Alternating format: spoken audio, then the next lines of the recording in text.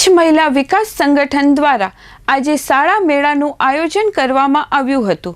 આ મેળાનો મુખ્ય હેતુ છોકરા અને છોકરીઓ વચ્ચે રહેલા ભેદભાવ અંગે વિદ્યાર્થીઓમાં જાગૃતિ લાવવાનો હતો। આ કાર્યક્રમમાં ખાસ કરીને નાટ્ય પ્રવૃત્તિઓ, પ્રદર્શન અને વિવિધ સર્જનાત્મક કાર્યક્રમો દ્વારા વિદ્યાર્થીઓને સરળ અને રસપ્રદ રીતે લિંગ સમાનતાનો સંદેશ આપવામાં આવ્યો હતો। આ પ્રવૃત્તિઓ દ્વારા બાળકો સરળતાથી સમજી શકે કે સમાજમાં છોકરા અને છોકરીઓ વચ્ચે ભેદભાવ રાખવો યોગ્ય નથી। કચ્છ મહિલા વિકાસ સંગઠન છેલ્લા ઘણા વર્ષોથી આ પ્રકારની પ્રવૃત્તિઓ દ્વારા સમાજમાં જાગૃતિ લાવવાનો પ્રયાસ કરી રહ્યું છે। સંસ્થા દ્વારા વિવિધ શાળાઓમાં જઈ વિદ્યાર્થીઓ સાથે સંવાદ સાધવામાં આવે છે અને આનંદ મેળા જેવી પ્રવૃત્તિઓ દ્વારા સમાજની આ ગંભીર સમસ્યા અંગે સમજ આપવામાં આવે છે। આ કાર્યક્રમમાં વિદ્યાર્થીઓને સમજાવવામાં આવ્યું કે સમાજમાં સ્ત્રી અને પુરુષ બંને સમાન છે અને જીવનની ઘણી કામગીરીઓ સમાનતા અને પરસ્પર સહકારથી કરવામાં આવવી જોઈએ।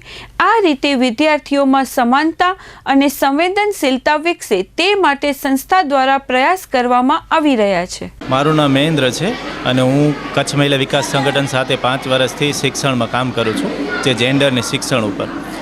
આ મેળો છે એ અમે દર વર્ષે કરતા હોઈએ છીએ, જેમાં અમે બાળકો સાથે સ્કૂલમાં જઈને સેશન કરતા હોઈએ કે જે અત્યારે જે છોકરા છોકરીનો જે ભેદભાવ છે કે જે આપણે કિન્નર કે ટ્રાન્સજેન્ડર માટે જે સમાજ ઘણા બધા ભેદભાવ કરે છે એ બધું જ જોઈ શકે છે બધા જ લોકો। તો અમે એને સમજાવીએ છીએ કે પુરુષનું કેવી રીતે સામાજિકરણ થાય છે અને સ્ત્રીનું કેવી રીતે થાય છે, ક્યાં સમાજ કોના માટે કયા નિયમ બનાવે છે। તો એના જ ભાગરૂપે આ વર્ષે અમે 34 શાળાઓમાં સેશન કર્યા, જેના ભાગરૂપે ભુજમાં 12 શાળાઓ સાથે આ મેળાનું આયોજન કર્યું છે કે જેમાં બાળકો પોતે જે સમાજમાં એક નિયમ તોડ્યો છે એમ, અત્યારે તો છોકરા છોકરીને ભેદભાવ બધા જ સમજે છે, પણ જે પોતે કાંઈક નિયમ તોડે છે એ ઘણા ઓછો બતાવે છે। તો અમે આ નાટક કે એના માધ્યમથી બાળકો બતાવી શકે એનું જ આ મેળાનું આયોજન કર્યું છે, જેમાં સ્પીચથી, નાટકથી, ડ્રોઈંગથી તમે આખા એક્ઝિબિશન પણ અમે રાખ્યા છે। તો એ રીતે આખો આ પ્રોગ્રામનું આયોજન છે। વનિતાબેન મહેડા, ક્લાસ 2 અધિકારી અને જિલ્લા શિક્ષણ અધિકારી કચેરી વતી આજે આ પ્રોગ્રામની અંદર અહીં પધારી છું। આજે કચ્છ મહિલા સંગઠન વિકાસ દ્વારા જે સ્ત્રી અને પુરુષ કેવી રીતે સમાન હોવા જોઈએ અને કઈ કઈ કામગીરી જીવનની અંદર એ સાથે કરતા હોવા જોઈએ અને એમનું જીવન કેવું હોવું જોઈએ એ આજે આ લોકોએ એ ચિત્ર દ્વારા, પિક્ચરના જે કંઈ પિક્ચરો છે એ પિક્ચરના ફોટોઝ દ્વારા એ આ લોકોએ એ બાળકોની સામે એ રજૂ કર્યું છે અને આજના દીકરા દીકરીઓ એ કેવી રીતે આગળ જતાં પોતાનું જીવન એ સમાન સાથે જીવી શકે એનું આબેહૂબ આ લોકોએ એ આજે આ કાર્યક્રમની અંદર પ્રયત્ન કરેલો છે।